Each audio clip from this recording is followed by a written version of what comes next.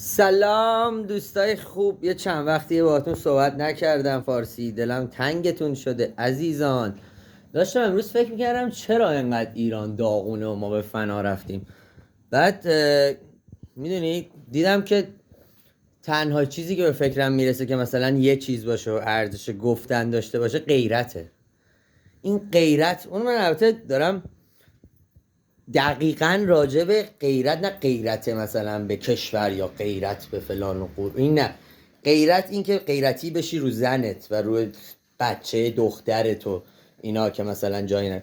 این خیلی چیز کسشریه. ما سر اینه که به فنا رفتیم و البته اصلش که به فنا رفتیم سر پسر پرستیمون و دودولترا دوست داشتنمون و این چیزایی که به فنا رفتیم.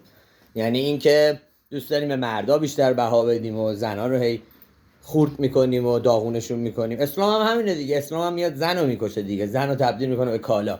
یعنی اگه ما این چیز رو نداشتیم تو خودمون، شاید 1400 سال پیش عربا هم نمیتونستن ما رو با اسلام گول بزنن، میان کشورمون رو نابود بکنن. ولی خب ما چون زنا رو فراموش کردیم و به زنا توهین میکنیم و کلا جایگاه زن رو از دست دادیم، حقمونه که اینطوری باشه. و آره، این به بهونه غیرته. و من هر چی فکر میکنم میبینم که واقعا این که تو به خودت اجازه بدی که بگی که آقا شما اینجوری نپوش، اونجوری نرو، اونجوری نخند، اونجا نرو، اون حرفو نزن، به این علت که من میترسم بهم خیانت کنی، خیلی چیز مزخرف و کاملا کس و شعریه.